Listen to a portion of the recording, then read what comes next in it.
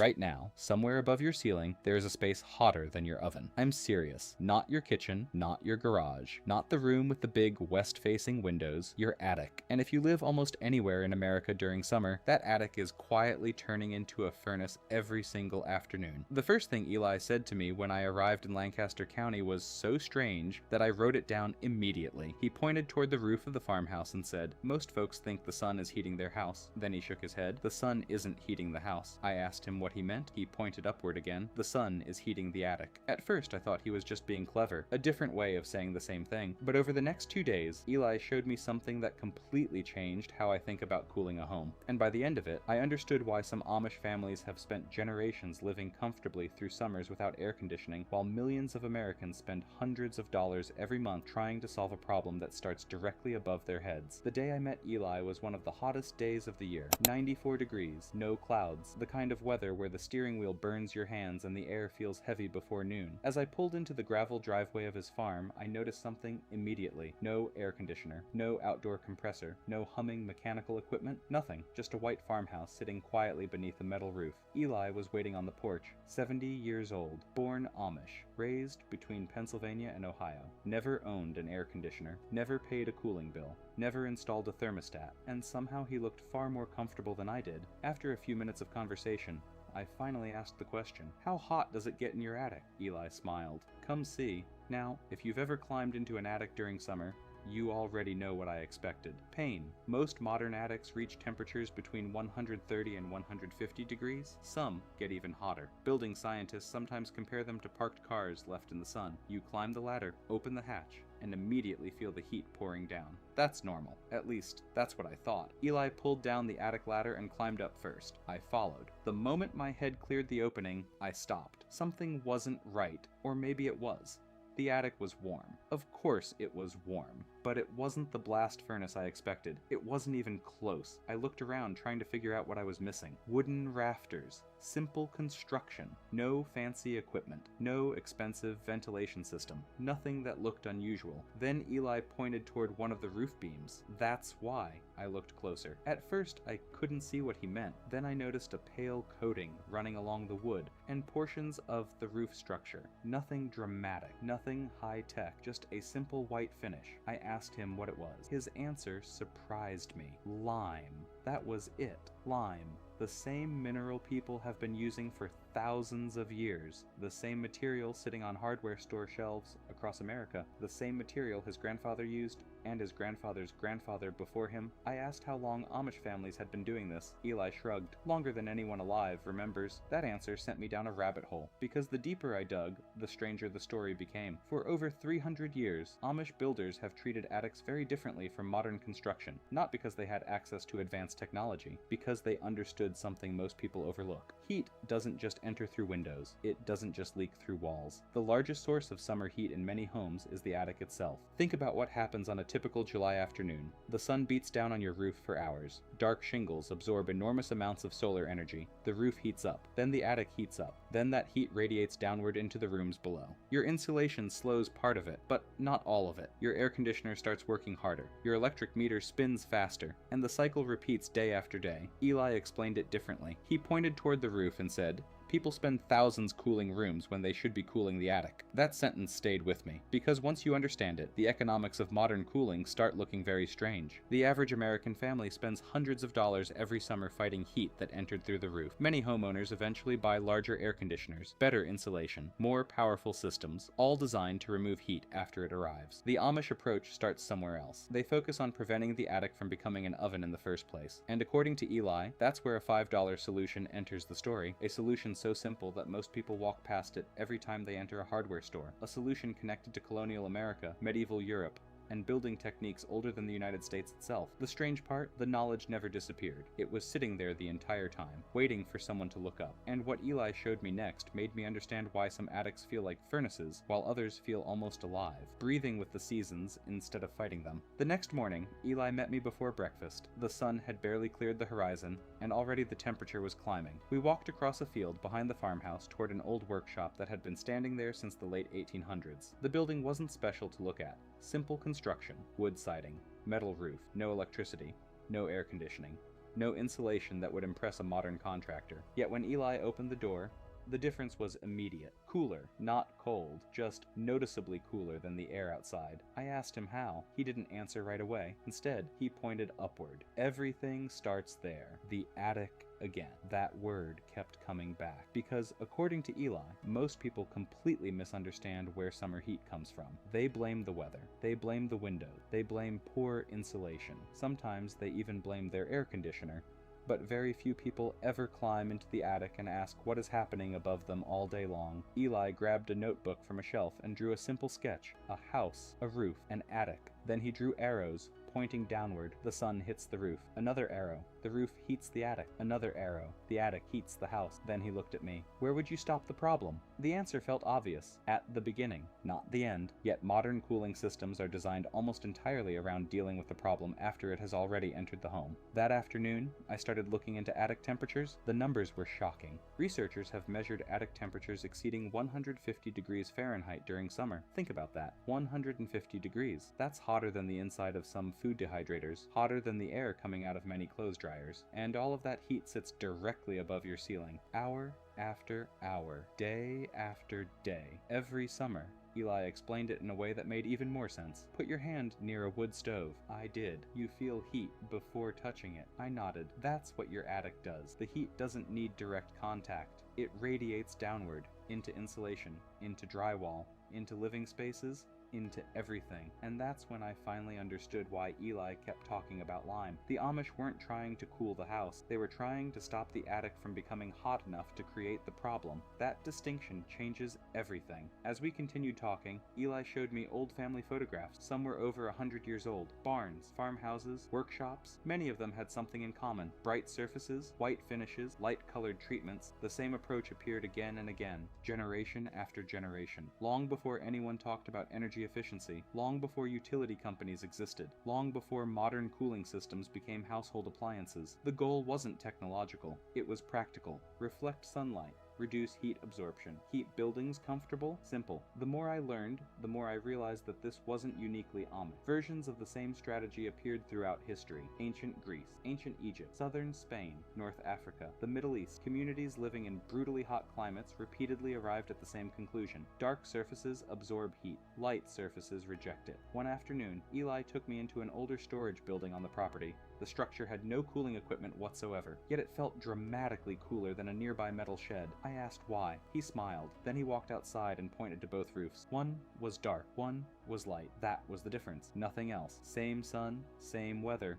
Different surfaces, different results. The lesson couldn't have been clearer. Then Eli told me something that completely changed how I thought about home improvement. Most people spend money fighting heat. He paused. We spend money avoiding it. That sentence stayed with me, because it perfectly described the Amish approach to building. Avoid the problem first, solve it second. The modern approach often reverses that order. Allow heat to enter, then spend thousands removing it. Bigger air conditioners, more electricity, higher monthly bills, larger systems, more maintenance. The attic becomes a giant heat generator, and the homeowner pays to manage the consequences. Meanwhile, the Amish approach begins with a different question. How do you stop the attic from becoming an oven in the first place? That question led me into a fascinating trail of research involving government studies, building science, and one discovery that shocked me. Because decades ago, researchers tested reflective coatings and attic treatments and found temperature reductions large enough to dramatically reduce cooling costs. The science was clear, the results were measurable, the savings were significant, yet somehow most homeowners never heard about it. And according to Eli, the reason wasn't that the idea failed. The reason was much stranger, because the biggest threat to an expensive solution is often a cheap one. And what Eli showed me next involved a material connected to space technology, modern engineering, and a method capable of turning a superheated attic into something entirely different. Something that doesn't fight the summer sun. Something that simply refuses to absorb it. By the third day, I thought I understood the story. I thought this was about a coating, a $5 bag of lime, a cooler attic, lower electric bills. Simple, but Eli had a habit of waiting until you felt confident before showing you the piece you were missing. That afternoon, he led me into a large barn sitting near the edge of the property. The structure was over 100 years old. No electricity, no fans, no mechanical ventilation, nothing. Yet the inside felt surprisingly comfortable despite the heat outside. I looked up expecting to see some complicated Amish building trick. Instead, I saw sunlight reflecting off portions of the roof structure. At first, I thought it was metal. It wasn't. It was something much thinner, much simpler. Eli noticed noticed where I was looking. That's the second part. I asked what he meant. The roof stops some heat. He pointed upward. That stops the rest. That sentence sent me down another rabbit hole, because until that moment, I had been thinking mostly about heat absorption, dark roof, hot attic, solar energy. But Eli was talking about something different, radiant heat. And according to building scientists, radiant heat is responsible for most of what makes an attic unbearable during summer. Imagine standing near a campfire. You can feel the heat on your face without touching the flames. That's radiant energy. Now imagine an attic. The roof absorbs sunlight all day. The underside of the roof becomes extremely hot. Then it starts radiating that heat downward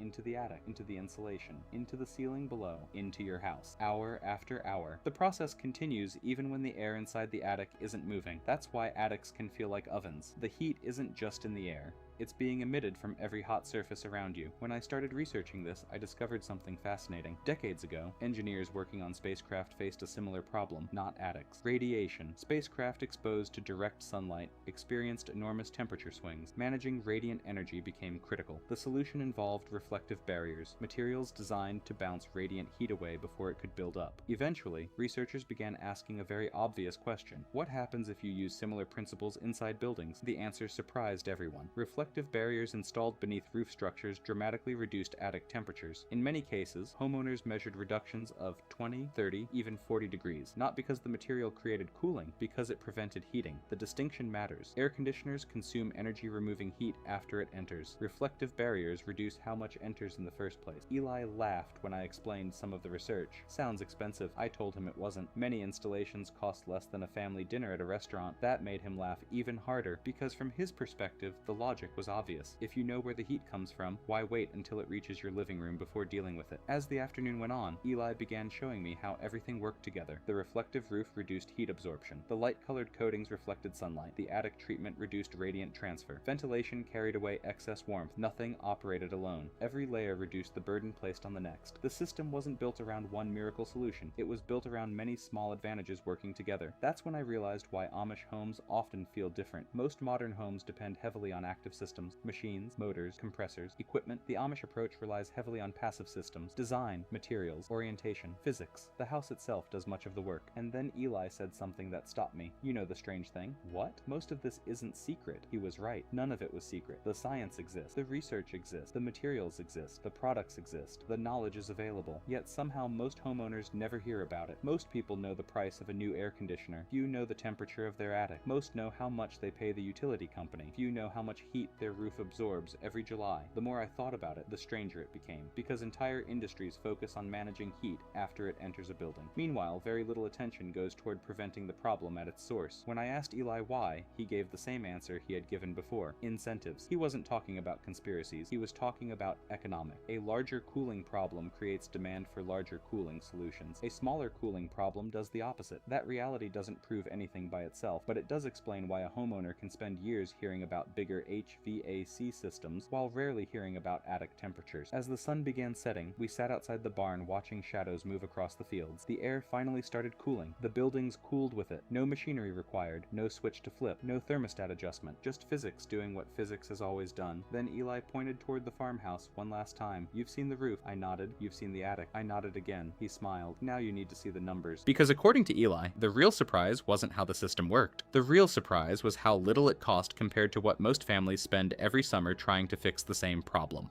And once he showed me the math, I understood why a $5 solution might be the most dangerous kind of solution there is. Dangerous not to homeowners, dangerous to anyone making money from the problem. Section 4. The next morning, Eli spread a few pieces of paper across his kitchen table. No laptop, no spreadsheet, no complicated engineering diagrams, just numbers. The kind of numbers that either save money or cost money. And according to Eli, that was the only part most people really cared about. Show me the cost, I said. He nodded. That's exactly where we start. The average homeowner doesn't care about thermal radiation. They don't care about emissivity. They don't care about solar reflectance indexes. What they care about is opening an electric bill in August and wondering why it looks like a second mortgage payment.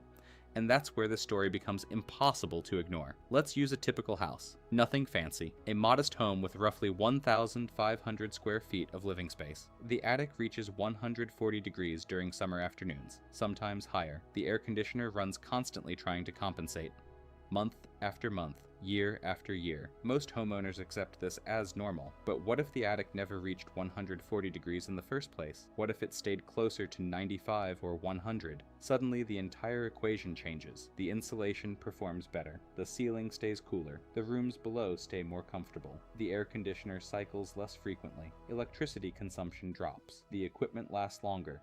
Everything improves because the heat never fully develops. That is the principle behind every Amish cooling strategy I encountered. Prevent, don't react. Stop the problem before it enters the house. Eli leaned back in his chair. My grandfather used to say something. What was it? He said the cheapest heat is the heat that never gets inside. Simple, but remarkably accurate. Researchers have repeatedly found that reducing attic temperatures produces measurable reductions in cooling demand, not because air conditioners become more efficient, because they have less work to do. Think about carrying buckets of water uphill. You can either buy stronger muscles or carry fewer buckets. The Amish chose fewer buckets. Modern America often chooses stronger muscles. One approach requires maintenance forever. The other requires understanding. Then Eli showed me something I hadn't expected. An old family ledger. Pages filled with handwritten notes, repairs, harvest records, building projects, house maintenance, and scattered throughout those pages were references to seasonal upkeep, roof treatment, whitewashing, vent inspections, shading improvements, things performed routinely, generation after generation. The lesson was obvious. Comfort wasn't something purchased, it was maintained, built into the house itself. That philosophy has largely disappeared. Today, most people expect comfort to come from machinery. Turn a dial, push a button, pay the bill, problem solved. But Eli's family approached the problem differently. They viewed the building as a system. Every piece mattered. The roof, the attic, the walls, the windows, the orientation, the shade trees, the porches, the ventilation path. Everything worked together. And that brings me to the most important thing I learned in Holmes County. The $5 solution isn't really lime. It isn't a coating. It isn't even the attic. The $5 solution is attention. Attention to where heat enters. Attention to how buildings behave. Attention to the physics happening around us every day. Because once you start paying attention, you begin noticing things. You notice that a shaded porch feels dramatically cooler than a sunny one. You notice that older homes often have higher ceilings. You notice that thick walls stay cooler longer. You notice that some buildings seem comfortable even without expensive equipment. And then you begin asking questions. Questions that most industries would rather you never ask. Questions like, why are attics allowed to reach 150 degrees? Why are dark roofs still so common? Why do most homeowners know their thermostat setting but not their attic temperature? Why are people encouraged to buy larger cooling systems instead of reducing the heat load first? The answers are complicated, but the result is simple. Most people spend thousands treating symptoms while ignoring causes. The Amish never had that luxury. When your lifestyle avoids unnecessary expenses, every solution must justify itself. Every tool must earn its place. Every system must work. That pressure creates a different way of thinking, a more practical way. As I prepared to leave Holmes County, I took one final walk around Eli's property. The afternoon sun was intense. The fields shimmered with heat, yet the farmhouse remained comfortable. Not cold, comfortable, the way homes felt, before machines became responsible for everything. I stopped and looked back at the roof. Nothing about it appeared revolutionary. No expensive equipment, no advanced electronics, no visible technology, just generations of accumulated knowledge applied consistently. The kind of knowledge that survives because it works. The kind of knowledge people keep using long after experts stop talking about it. Eli stood on the porch watching me. You know what's funny? He said.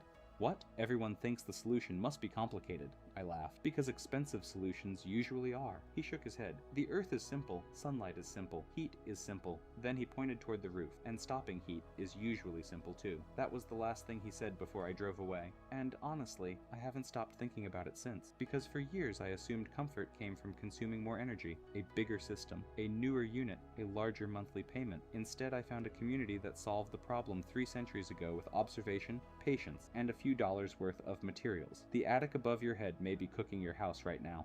The question is whether you'll keep paying to fight that heat every summer, or whether you'll stop it before it starts. If you've ever measured your attic temperature during July or August, tell me what you found. Drop your state and your attic temperature in the comments. And if you've tried any passive cooling method, reflective surfaces, attic ventilation, shade structures, radiant barriers, I want to hear your results. Because the most valuable knowledge is usually not the knowledge sold to us. It's the knowledge that quietly works while nobody is paying attention. If you enjoyed this journey through Holmes County with Eli, subscribe and join me for the next one. Because next time, Eli is going to show us how Amish families keep food cold through the hottest weeks of summer without refrigerators, compressors, or electric bills, and the science behind it is even harder to believe than this.